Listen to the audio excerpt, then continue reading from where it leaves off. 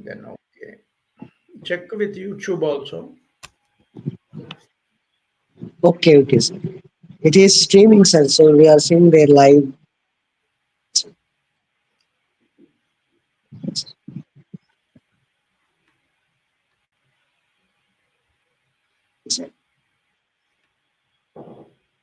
Good evening, everyone. As you know, we are doing some sessions on sales negotiation skills lab.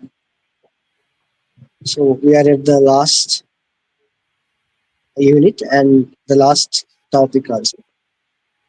In a short, in a couple of days, you may have external examination, external waiver for this skills lab. I hope the last topic is also very helpful to you when negotiating with your uh, business sales. So, with these few words, I'm welcoming you all and I request you, sir, to take over the session. And mostly, this is the last session for this season, sir. And we thought of the next semester, depending upon some other constraints, sir. Okay, sir? Right, right. Thank you so much. Third semester, we shall see. Okay, good evening, friends. At the outset, I would like to express my deep sense of gratitude to Pendra sir for facilitating me into this second semester classwork, and I'm really felt very happy about my association with you all friends. So I could do, justice from my side, irrespective of some limitations here and there. So let me first start with anything, Upendra. Sorry. Sir, hello? Yes, yes. Tell me. Sir, I am joining through another mode, so kindly accept me. Oh, I have to come back again and do that. Huh? Okay, Yes, sir. I'll do this. Okay, okay, okay. Done. Yes, sir. Thank you, sir. Okay. Now on the screen, you could see this one. Yes, sir. Visible, sir. Okay, different phases of negotiation. Friends, please go through this, and this is only a summary version. We have already talked about the entire thing, but this last unit was remaining at that point of time. So you're heading for Vivavasi and all that, and also this being a practical paper as such, I understand that it is in the lab session, and you may be asked to play the roles of negotiators. Sometimes some case study will be given to you, and you're supposed to answer. And how important is the process we need to explain. So let us examine again. Of course, it can be a relatively summary when we have already discussed lots of things there in negotiation skills. But this is only sort of a summary, but it is very interesting to note about how the essentials of negotiation skills are said to be very important. Let's see. So the different phases of negotiation are normally in a first pre-negotiation stage. That is how one interested in doing some sort of a homework. And if you do not do any homework sincerely, and the negotiation table becomes a tough table for you to converse. I've already talked about it here. So, what is that pre negotiation phase? The pre negotiation phase is very, very critical for setting up the stage for the entire negotiation process. See, you and the other parties should be completely prepared to sit across the table for healthy conversations. Leaving alone the other party, but we are from the negotiation party side, see, from the company side, you must be doubly sure about what you're supposed to bargain and how you're supposed to put forward your arguments.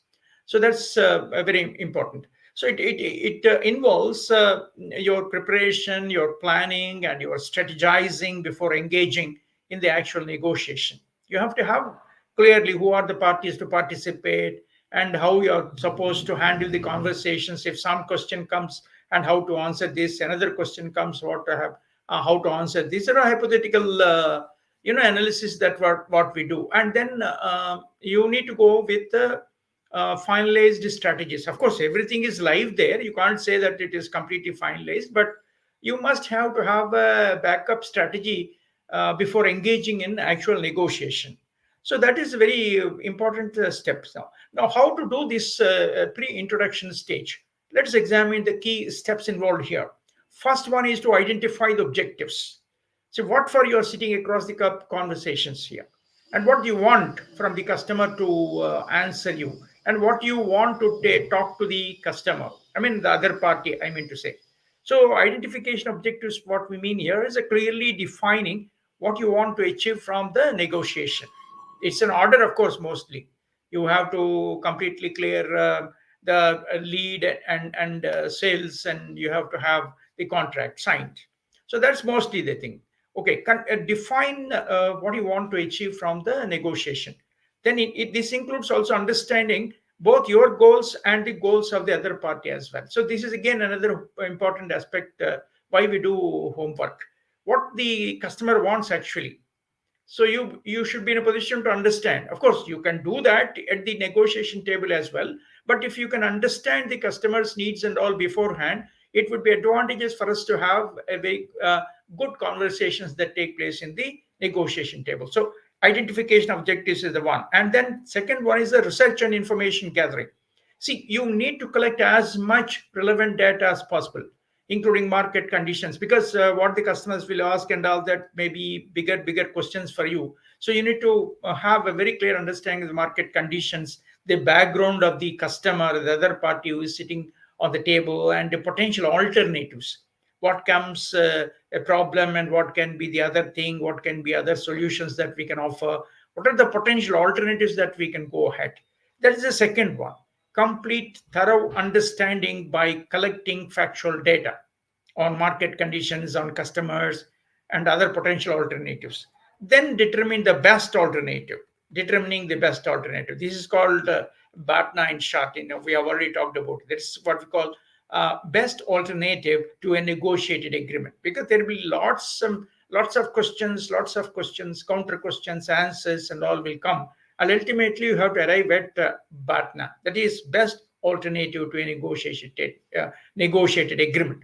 Know your fallback opinion option if the negotiation fails. Suppose something goes wrong, and you have to face a very rough weather, and you're not supposed to cancel the entire scenario, but prepare for an alternative if negotiation is going to fail, because you have done a lot of phone work, lot of expenses getting wasted, and simply disrupting the entire conversations and leave is the last alternative. So preparing for a best alternative agreement is a very important alternative. Next, setting the agenda clearly.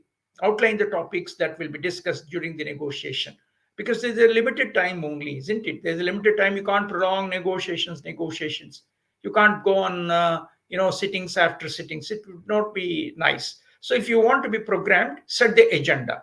Then role allocation, because what may happen here is your team and the buyer's team, other party's team, may sit together. Instead of one to one, there may be many to many, like three to three, two to three, whatever it is. So if you are working in a team, assign very specific roles. Who is to do what? For example, one is a lead negotiator who always is a lead person, leader, or a manager, whatever it is, negotiate. And other person will be note taker. See, they simply write down what is going on here, conversations, etc. Some, or it can be recorded otherwise with due permissions of both the parties. These are the roles that people will be generally taking in, so that at the summated when at a point of summary, what happens is you can collaborate, all will be collaborating together, and then work out a coordinated approach. So you need to have a role specification set ready. Let us examine an example. Okay, a company negotiating a supplier contract might research alternative suppliers. See, is this only supplier, or there are other suppliers as well? Because that helps us to understand how to negotiate with this supplier, and understand the market pricing, and all the suppliers are charging how much, and what is the market pricing there, and that helps you to understand clearly what price you can bargain with. and establish a clear budget and the timeline before entering into discussions. Clear budget, how much you can pay for the customer for buying, I mean, to the supplier by getting the supplies. And the timeline. What is the timeline? You can't go on postponing negotiations. That's what we mean. So this is a good thing. So second one is after opening, as for after introduction, you have to go for opening phase. Then you are entering into the curtain raised. Now you are entering into conversation table right straight away. So this opening phase is where the initial interaction takes place. Mind it.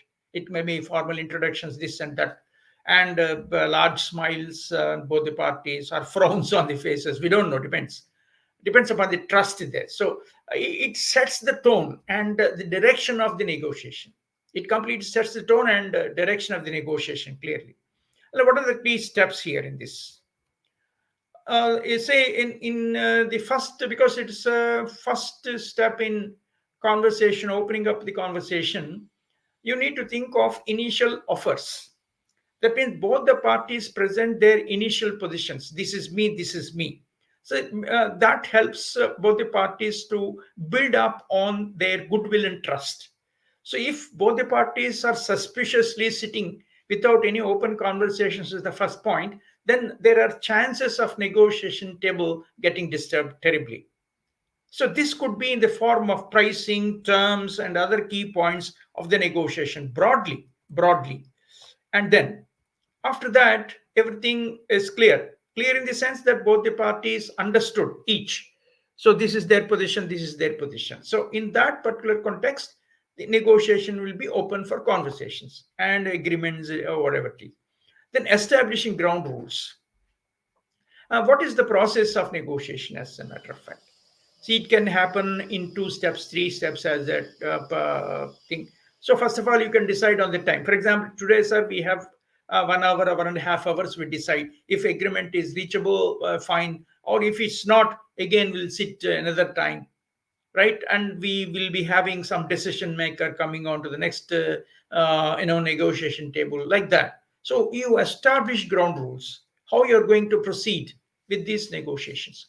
Agree on how the negotiation will proceed, including time limits, meeting schedules, and other protocols. Who is to sit? No, if somebody else sits, who is not empowered, the negotiation goes waste. The conversations of 2 hours, 3 hours will go waste. At the end of the day, he says, sir, I'm not the person to agree upon all these things, sir. So I need to consult my some head or whatever it is. So these things shouldn't happen. So that's why you need to consider establishing the ground rules. Agree on how the negotiation will proceed, including the time limits, meeting schedules, protocols clearly. Otherwise, it will be quite difficult. Because we have said, negotiation is all about a civilized bipartite confrontation. Civilized bipartite confrontation. It's not like, confrontationist postures like who is who and all. It is not the power struggle, and it is through collaboration. It's not through conflict resolution. It is through collaboration. So building rapport is very important. Establish a positive relationship to create a conducive environment for discussion. So some misgivings or misunderstandings must be handled then and there itself. So that helps us to build up rapport for both the parties. And then what is an example? Let me give you. In a job interview negotiation, the employer might start by offering a salary package. Yeah, it is a negotiation between an employer and a prospective employee into the organization. So the example notes here that the employer might start by offering a salary package. Okay, then the candidate might respond with their expectations. Candidates will be responding with their expectations. What is enough? Why it is not enough? What are the other things, incentives that they give along with the pay? What are the perks and all? That can be probable questions which may come from the prospective employee of the organization. So that sets the tone of for the discussion immediately. So what happens here? You must put the prospective employee at ease. So you announce your terms. These are my pay conditions and all that. after 5 years, 3 years, you'll be there in a next position, and there will be incentive like that. This is our company policy. That helps the prospective employee to entertain the discussion. Clear to you? It sets the tone for the discussion. That's it. Then both the parties sit together, and each will be a different example, mind it. So that's because you can understand the nature and significance of the entire process with number of examples. Now, the information sharing phase. This is very critical again, because in this phase, both the parties will come to an understanding, to sit together and discuss. All the opening things are fine, over, trust has been built up. Now it is exchange of information that will keep them understand each other's position better. In this case, in the earlier case, I say that the employer will give the salary packages and career paths over a period of time. That clears the mind of the prospective employee to open up again for a bargain. So that's what we call information sharing phase. It is true in the case of contract signing from buyer and seller, or two companies, whatever. So in this case, now let's see the some of the interesting key steps here. First one is clarifying interests. Both the parties should clarify their interests, needs, and concerns, because everybody will have their own. For example, in this case of salary negotiation, company says that, sir, this is our organization, this is our designation patterns and all, and this is our profitability considerations and all. We cannot give more than this and all. So there, both the parties will have to share their interests. Just the same, the employee can also, prospective employee will also share there. This is I want what I want. These are my qualifications, expertise, and all. I have my concerns, and I have my needs. So this is how both the parties will clarify their interests, and then that may lead to the fruitful next step. Next is asking questions, yeah, clarifications. It's not all right by just giving some clarified interest will not end the discussion ultimately. So engage in active questioning to gather more information, identify areas of common ground so that we can agree upon. So this is both the parties will be asking questions, and so want to get some clarifications as such. Next, sharing perspectives. That means each person may have their own point of view, freely expressing their point of view by providing necessary context and background, because it's a database thing. So you need to provide. For example, you talk something about your own interest. You please provide necessary context and background. What is that you want to say, in what context, and with what backdrop you are saying this statement. Both the parties will have. So each party should be should be presenting their viewpoints. Let us examine another example. During the sale of a business, for example, here X company and Y company is there. X company is selling away their business to Y company. So X company becomes the seller and Y company becomes the buyer as such. So during the sale of a business, the seller might provide financial statements and explain the rationale behind asking price.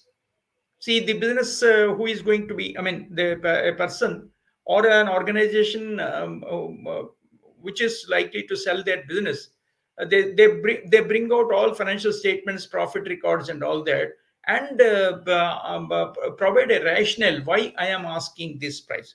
See, for our business, we are interested in, we are selling our business for 400 crores. So you have to establish the reason why you are saying, what is the rationale for asking 400 crores.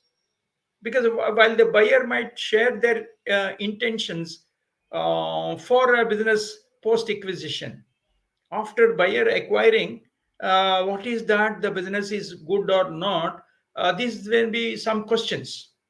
So in order that the buyer may share their intentions, you must be giving a complete rationale behind the asking price. That's how the things go. Okay, next is, after that, next comes any sort of blockades, deadlocks, or some sort of complexities arise in the process of negotiation. Next stage comes as a problem solving phase. This phase focuses on finding mutually beneficial solutions to the issues. Please note, we are not interested in confronting each other. It's not a fist fight. It is a civilized bipartite confrontation. Anything, for example, it's a conversation between employer employee, between two companies, between the supplier and the company, whatever may be the settings uh, uh, um, in which you are in. Okay, so this phase focuses on finding mutually beneficial solutions to the issues raised during the information sharing phase. As a matter of fact, what are the key steps involved? Now, what to do, what not to do is a matter of great concern, right? So, generate multiple options and alternatives that could satisfy both the parties. You have to brainstorm the solutions. Suppose if the problem comes, problem one, problem two, problem three. So, how you are going to answer this problem, two, three, four problems for mutual with mutual interest and understanding? So, first brainstorm, and so that we can have very clear answers to very many probable questions that can arise out of discussion. Number two is evaluating options. Assess the feasibility, because the other party will be asking so many things. So you can't, you may agree or you may not agree. We don't know. Depends upon the feasibility at your point of time. So evaluating the important options. You have to do a lot of homework again here, and analytical thinking. Assess the feasibility and benefits of each proposed solution. Then collaborative decision making. Work together to select the best option. We have said BATNA, best option. So work together to select the best option that meets both the parties' needs. That would be fine. Let us examine another example. In a real estate negotiation between the buyer and seller, might explore different payment plans, right? What is the percentage you have to give at the time of signing the sale deed, at the time of registration, in between? What are those things? And or agreements, repair agreements that could make, for example, if something goes wrong in the process of construction or some leakage issues or whatever, and then those issues will also be taking place in the conversation and on agreements, like repair agreements that could make the deal more attractive to both the parties. Seller wants immediate contract signing, and buyer who is very much interested to buy the real estate project, so for example it's a house, so he wants easy installment plans and what you call help that is required by the seller for registration process and all that, or in case of any alterations, repairs, buyer wants some favorable consideration from the seller's side. So this is how it goes. Next is, after you're almost there, at problem solving. You assume that the problems have been solved. Next would be agreement phase. In this phase, both the parties finalize the terms and conditions without any doubt. All the things get clarified, the negotiation, and formalize the agreement. It is one step down to signatures as such. So what are these? First one is finalizing the terms. Agree all major and minor points discussed during the negotiation, on which both the parties have entered into an agreement. The second is that put everything in writing. This is what we call drafting the agreement. Here again, a specialist approach is very much necessary here, because every statement that you draft in agreement becomes a legal issue sometimes if there is any conflict. So drafting the agreement, put the agreed terms into a written contract or a formal agreement, right? Okay. Then review and sign off. Both the parties will be sitting again for a review of the agreement clearly, with specialist advisors or whatever it is, and then sign once they are satisfied. Both the parties get satisfied, right? So that's the agreement reaching. So, example, a software company negotiating a licensing agreement would finalize the payment terms, usage rights, and support conditions before signing the contract. For example, a software company entering into a contract for a software solution to a big company, XYZ company, but negotiating the licensing agreement. We give them, you develop the solution and give the licensing agreement again, and finalize the payment terms and usage rights also. Clear all the support conditions, so that the other party can understand and the software company can also understand what is that. So let us examine the, in case where In case where we don't wish that there will be some problems here and there, but the chances of negotiation breaking down, because after all, it is a question of mutual interest in negotiation table. I mean, however good we are in the process of our expectations to reach mutually agreed upon terms and conditions, but still there is a scope. There's a scope for disagreements and a derailment of the entire negotiation process. So, what is this breakdown? What you call, and how to take care of this, or what are the causes for this breakdown? Sometimes it happens. A breakdown occurs when the parties are unable to reach an agreement. It's just so simple a thing. At the end of the day, now when you're almost getting an agreement, there will be some issue floated up and during the discussion, and both the parties may not agree to that, and that may lead to the failure of the negotiation. And what are the common causes? Of course, this step should not happen for all practical purposes. But then, what can be the cause of this breakdown of agreements, so that you can take appropriate care on? The first one would be miscommunication. So this, after all, it's just a misunderstanding the other party's position or interests. That's why we have to do a lot of homework, and the negotiation table must be so nicely set so that there can be a free flow of communication. There can be no chance for misunderstanding. Am I clear what I'm saying? That's it. Second one is unrealistic expectations. That is very, very important. You are not supposed to create any unrealistic expectations in the minds of the other party. When one or both the parties have demands that are not feasible, that becomes a big blockade, mind it. So you have to identify what are the unrealistic expectations that are coming in the way, and whether the buyer may accept a demand which is not feasible, or the seller may accept, I mean, may demand which is not feasible, whatever it is. Any the buyer can exert pressure on seller, or seller can exert pressure on buyer, where the things may not be feasible. That's another important cause, unrealistic expectations. Then the third one would be lack of flexibility. See, what happens is, both the parties want to win, right? We were already talking earlier. It's not win-lose dynamics; it is win-win dynamics. You also win, and other party also win. That means that you need to be sacrificing something, and the other party also need to be sacrificing something. You have to lead the discussion in such a fashion that you don't take rigid positions. There will be some flexibility. So rigid positions without willingness to compromise will again derail the conversations. That's another reason why breakdowns of agreements will happen. So let us examine another example. A union negotiation for a worker. It's a negotiation between the management and the employee union. Let's see. A union negotiation for a worker benefits might break down if the employer refuses to meet the union's demands for higher wages and better working conditions, leading to a strike, definitely. Because if something goes wrong somewhere, what may happen? Definitely it will go out of gear. So half an hour discussions, 1.5 hour discussions may not be meaningful at all. So this is what it means when we talk about breakdown of communications. Okay, communication breakdown. I mean, negotiation breakdown can be reversed if you can. If you can, recognize the problems, and you can be little flexible, and again regain confidence of the other party, and sit again revive. But there are certain things which are said to be barriers that create impasse. Impasse means it is complete disagreement and there is no progress is possible.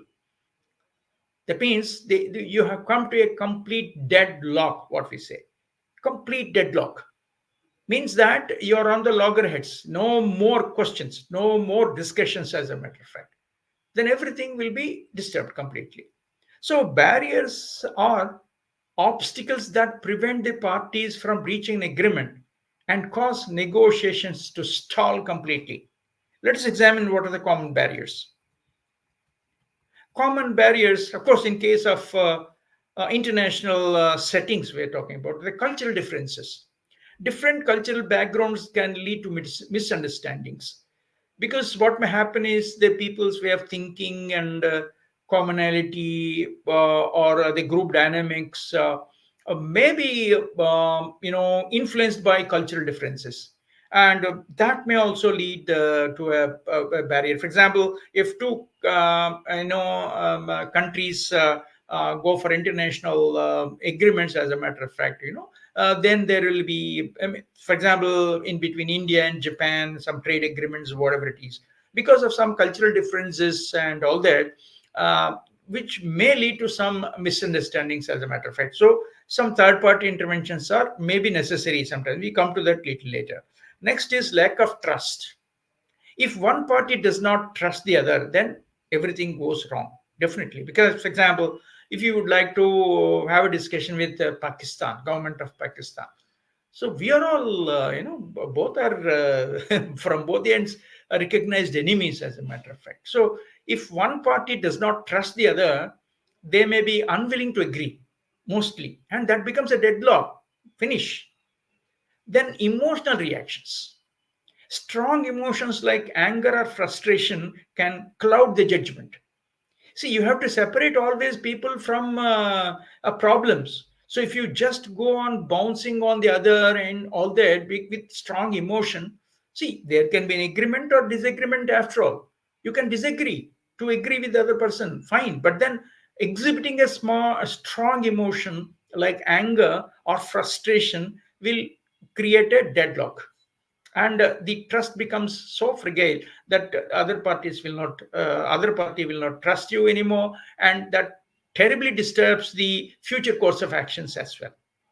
So let us examine another example here, as I've already telling you just now. In international trade and negotiations, cultural differences between negotiators from different countries might lead to an impasse.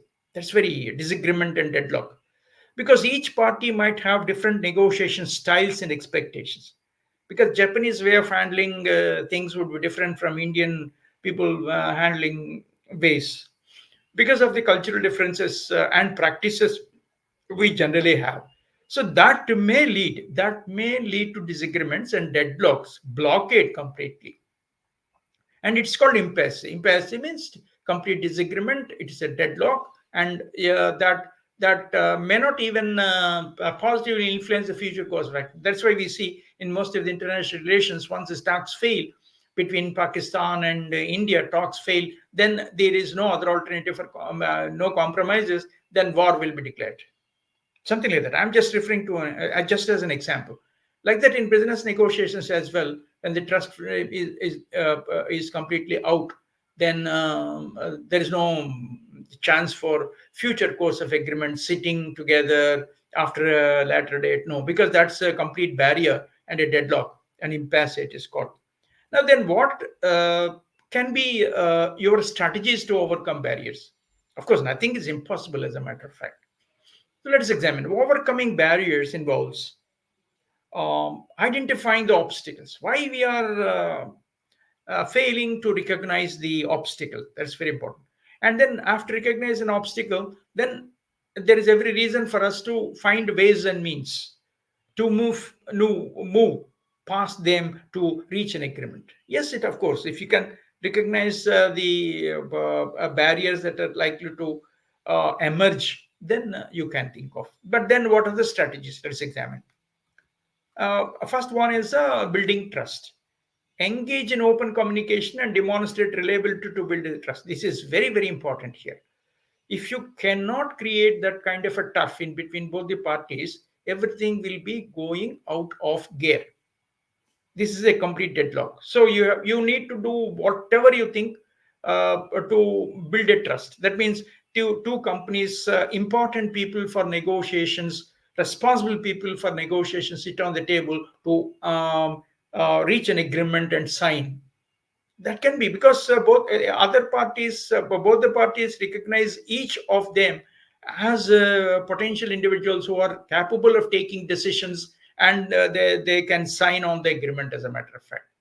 So no future uncertainties can happen. Building trust.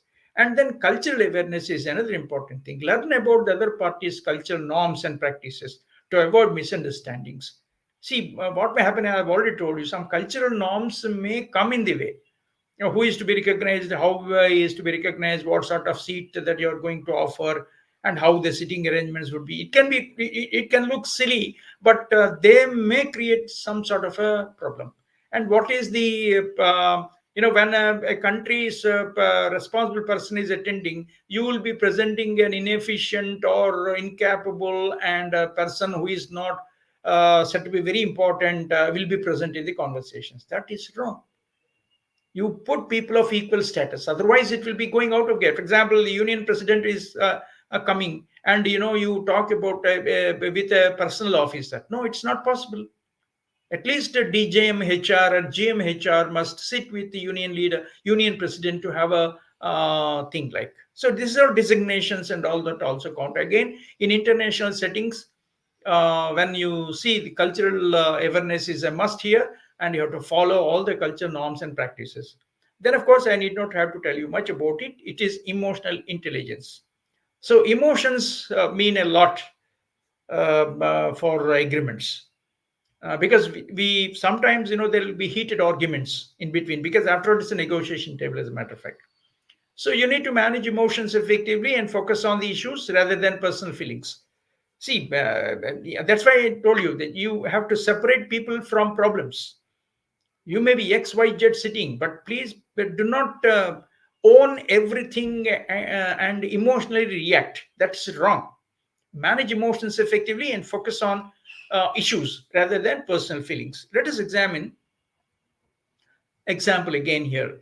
I've already told you, in case of cultural blockades and cultural influences would be noticeable in case where we go with international negotiations. In a negotiation between US company and a Japanese firm, understanding the importance of hierarchy and indirect communication in Japanese culture can help US negotiators avoid offending their counterparts.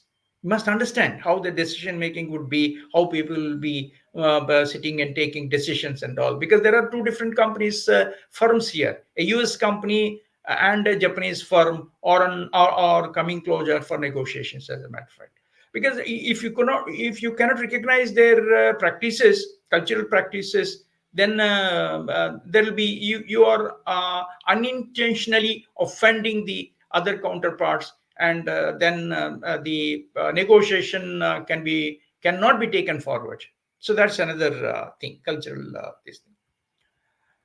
Let's look at another problem in negotiations. I'm just talking to you about people problem, which is not the issue. It is the people who are sitting. So people problems refer to interpersonal issues that arise during negotiation. Yes, this is very important. Such as conflicts between the personalities. Already communication styles do differ between two parties or interests, for example. So once these things happen, when the people are not to be trusted and who sit together for a dialogue, what else can happen except failure and disagreements? So let us see what are the key solutions to handle. Just now I'm telling, separate people from the problem, focus on the issues at hand rather than personal differences. Personal differences should not float in the negotiation table. That is not the context, and that's not the time as well. But unfortunately, these may happen.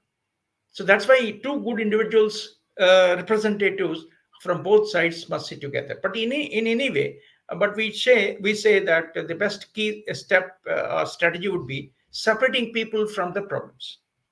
The second is that the problem with people is they take mental excursions, and they without listening to the other party, you try to take a mental excursion and take mental calculations on a probable agreement that is to be reached, because you can't reach an agreement unless a foolproof discussion takes place. So active listening becomes another important thing to answer people's problem. Ensure that all parties feel heard and respected. Absolutely important. Then empathy. That means coming onto the shoes of the other party when they're explaining so many things.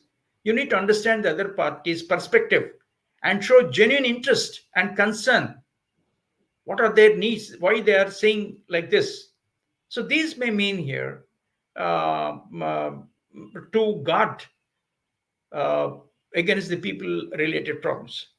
Let us examine another example in this case. In a family business negotiation minded, see what may happen is, so for example, you might have seen, Reliance, and how Reliance, there is a Dhirubhai Ambani and their sons, and how do they manage their businesses, why there is a split there. Now what may happen is, in family business negotiations these things will mean a lot, because siblings might have personal conflicts. See, two brothers sit in negotiation with some other company. There may be property issues in between siblings, like two brothers and sisters or whatever it is. So that can hinder the negotiation process because of the personal conflicts in between the brothers, in between sisters and other siblings, as a matter of fact. So please be taking appropriate care, because the people related problem, the issue may be significantly good enough to discuss, but the undercurrent is about the personal conflicts among siblings and whatever. So addressing these interpersonal issues first, separately, and can help focus on the business issues. Let the sisters, brothers, siblings of that family business sit together first, sort out issues, and then come onto the negotiation table to enter into an agreement with the other party. Am I clear? That's it. Next is, what is a mediation? What is that? For example, in case it may be as a result of a failure of agreement or disagreement, as a matter of fact, deadlocks. So both the parties do not trust each other, but yet the agreement is to be reached. How? For example, we were talking about international relations, when something happens between Russia and Ukraine. For example, the war is going on, no? So when both the ministers of both the countries sit together and go in for negotiation, because they don't trust each other. Am I clear what I'm saying? So the third party enters. For example, Bharat enters, India enters. They may seek help of US or Europe or India, whatever it is. Just as an example, I'm saying. Same is the issue with regard to business negotiations as such, where both the parties fail, but there is a need for negotiation, a merger or whatever. So mediation is a process in which a neutral third party assists, because the third party should be liked by both the parties sitting on a hard bargaining table. So the neutral third party assists the disputing parties. That means the parties which are under dispute, and the third party can help them to reach an agreement, mutually acceptable agreement. This is what we call mediation. What are the features of mediation? Yes, the mediator should be neutral, need not have to say. The mediator does not take sides. Suppose, for example, Bharat enters and take the side of Russia or take the side of Ukraine, then that's not meaningful as such, isn't it? So that's not a neutral mediation. So mediator should be neutral. The mediator does not take sides but facilitates the discussion, conflict if any. Second is voluntary process. Both the parties must agree to participate in mediation minded. They must agree voluntarily. The third party, yes, we agree to the third party intervention. If that is not done, the mediation cannot be by compulsion minded. Mediation cannot be by compulsion. It can be only through voluntary process. Both the parties must agree to accept a moderator to be neutral. Then confidentiality. The discussions during mediation are typically confidential, meaning that the mediator should be completely confidential, should not leak unnecessary things either parties. So what may happen is, mediation, neutral mediator will have to sit with the parties separately first, in order to bring them together over a negotiation table. So in which case, what may happen is, if the confidential discussions are leaked out for both the parties by the neutral mediator, then everything will be going out of order, and again we come back to step one. So that is what we call confidentiality. Let us examine. Example, a workplace dispute is there. Yeah, it just happens in case of most of the companies. Then a mediator might help resolve a conflict between the employees by getting them to compromise that satisfies both the parties. Can be union representative, somebody else who can be trusted by both the parties can come on, because there will be communication deadlock is there, so somebody is to mediate. Just the same in any other problem as such. What is then is arbitration. What is the difference between mediation and arbitration? I think you are the students of the legislations, business legislations as well. So what may happen here is the neutral third party, if his decision is not binding, that means in case of neutral third party mediation, the agreement, of course, when it is reached, need not be binding decision. It means that both the parties may agree, may not agree. So after the process is over, if any other party is not, accepting the mediation, means what? Again, we have to come back to square one.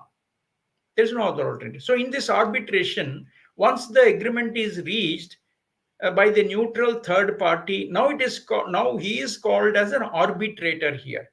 So arbitration is a process where a neutral third party, the arbitrator, makes a binding decision after hearing both the parties' agreements and all, with the agreement that is reached and all. Please note, once the decision is announced by the arbitrator, both the parties should have to agree. There is no other alternative. That's it. This is called binding decision. This is binding on both the parties once it is decided. So let us see the key things. First, as I already told you, the arbitrator's decision is final and enforceable. No doubts then. No further questions asked. It's a binding decision, number one. Number two, it's a formal process. Unlike mediation, mediation can be informal sometimes, but arbitration is more formal. There's a set procedures and everything. It is just like resembling a court proceedings. That's what it's called. Arbitration is a legal term, as I've already told you. So unlike mediation, arbitration is more formal and it resembles a court proceeding. That means once the court decides and announces its verdict, it is binding on both the parties. Same is the case in an arbitration. Now, another important aspect is that everybody cannot be an arbitrator. There must be expert arbitrator. You must be an expert in arbitrating. That means you should be clearly be conversant with the entire problem and arguments, counter arguments, and all that, benefits, risks, everything. So the arbitrator is usually an expert in the field related to the dispute. If you can't, if the arbitrator is not expert, then again we come back to square one. Clear? Because there can be good decisions that can be worked out, agreements that can be worked out. So let's take another example here. In a commercial dispute, like a trade dispute, companies might agree to arbitration to avoid a lengthy court battle, with the arbitrator's decision being binding on both the parties. See, there are options. In case where there is a trade dispute or commercial dispute or whatever it is, your options can be you can directly go to the court of law. One. But in case of business commercial disputes as such, one good thing that you can have is get the arbitrator, third party, mostly legal professionals.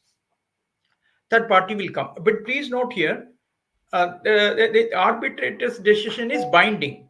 Please note, arbitrator's decision is binding on both the parties. If you're not doing that, if you would like to move, if any other party moves the court, then I need not have to tell you that it's a very laborious process, long duration process. It is a lengthy court battle, because there can be decision, there can be no decision at all, there will be adjournments because of very many reasons. So that's again. So with the arbitrator's decision being binding on both the parties, all the commercial disputes can be handled through arbitration. Let's look at the ethics in negotiation, because it's a human interaction that is taking place here, and you need to follow very healthy practices in the process of handling negotiations and databases. you are not supposed to cheat the other party. That is not a negotiation at all, ethically speaking. So, ethical considerations in negotiations involve adhering to moral principles such as honesty, fairness, and integrity with all the data and your physical presence and handling things as well. Without honesty, fairness, and integrity, negotiations fail. It usually happens most of the cases relating to this only, because you said you agree to this and now you say I'm not agreeing to this. You have already signed and on that agreement and say yes, I will oblige to this, but again you come a little later, you say no, no. When the situation comes at the given point of time, you say no, I am not going to agree on this. So these are the ethical issues. Now, what are the key ethical issues that we need to answer? One, of course, is any agreement. Of course, when you say we try all the tools and techniques, it's true. But then, when there is a human interaction and the agreement between two human beings and all that, parties in the process, one is that there must be transparency. Be open and honest about your intentions and information, because everything must be on the table, not under the table. Be open and honest about your intentions and information. Nothing to be you can't hide anything for that matter. If you're open and honest, then of course without any malintentions, if you're hiding information or putting the information secret and all that, then it becomes a very problematic scenario. It is a question of ethics here. So one key ethical principle is be transparent, because it's an agreement, as a matter of fact. Fairness, yeah, this is what we mean already. Note that you're not interested to cow down the other party. It is a win-win outcome. It is not a conflict. It is a collaborative arrangement. So strive for a win-win outcome. All the practices that you follow, steps that you follow, must be fair enough to involve all the parties in the process, their grievances, their problems, and all that. So that's what we call a fairness. You should not show your strength on the table, maybe because of your political influence or whatever, maybe power. I mean to say the expert power you have in the industry, or you have money power, whatever. So when you want to cow down the other party, that is not a professionally handled negotiations as such. So you should strive for fairness. Another ethical issue in negotiation is fairness. Strive for a win-win outcome that's fair to all parties involved. And then is integrity. This is what very, very important. Lack of integrity may mean going out of order. That means if you commit for a commitment and avoid a little later, and avoid with manipulative and deceitful tactics, that that is a more dangerous thing.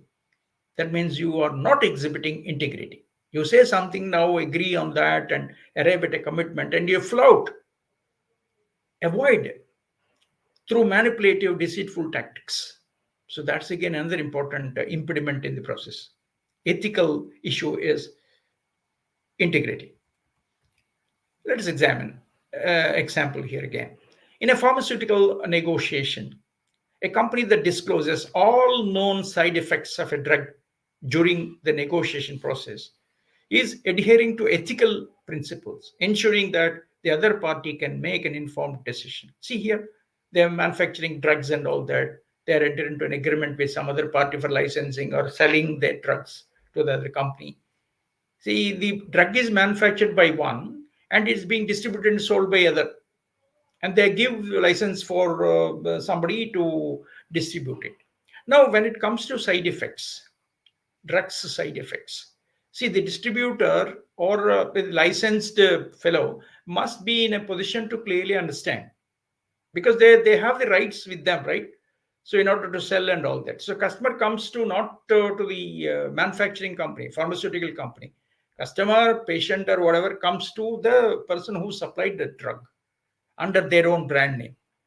So here, ethical issue here for the pharmaceutical company to follow. One aspect I'm saying, company that discloses all known side effects of the drug during the negotiation process means that yes, it is adhering to ethical principles, ensuring that the other party can make an informed decision whether to take their drug in bulk and brand it or not, whatever it is.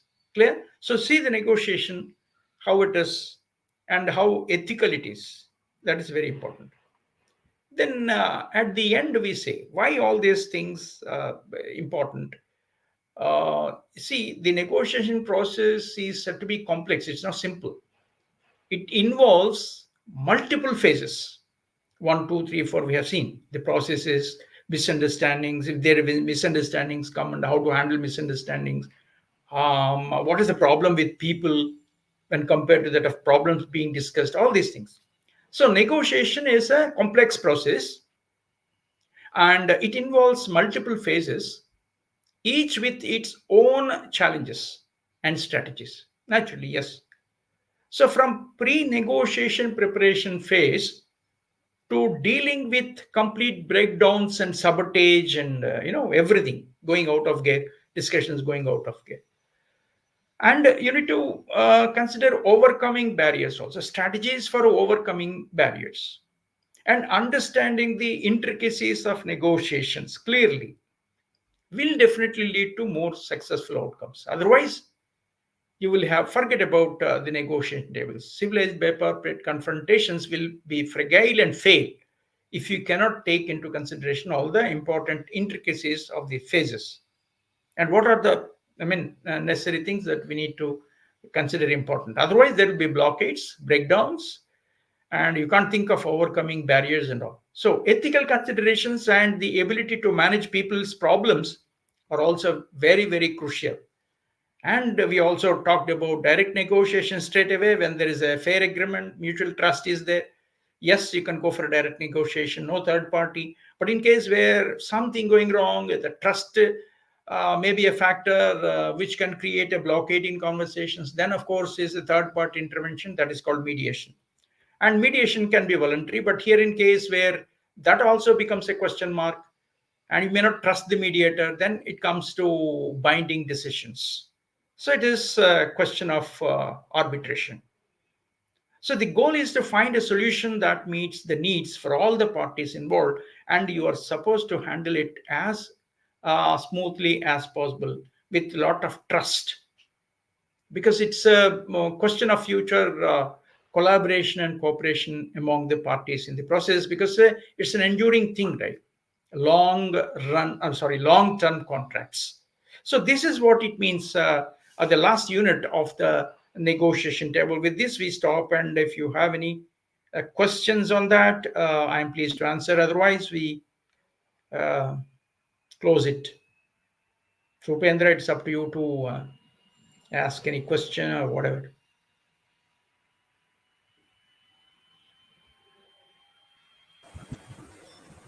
Hello? Yeah, yeah. Yes, sir. Anybody So else is there? this icon Okay. indicates one person on Well, YouTube, sir. Yeah. I sorry. don't know who is one person on YouTube, sir. Okay. Yeah. Okay. So if you have any query or anything, you can post there. You need to take the post and tell me because I'm on my full screen. Okay. Yes, sir.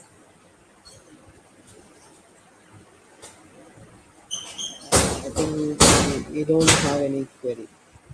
Right then. We don't know. Yes, sir. Okay, sir. Okay. Thank you. Thank Thank you you. so much, Thank you sir. so much, Upendra.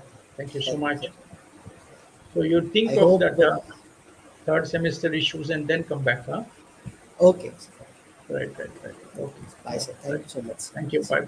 Bye.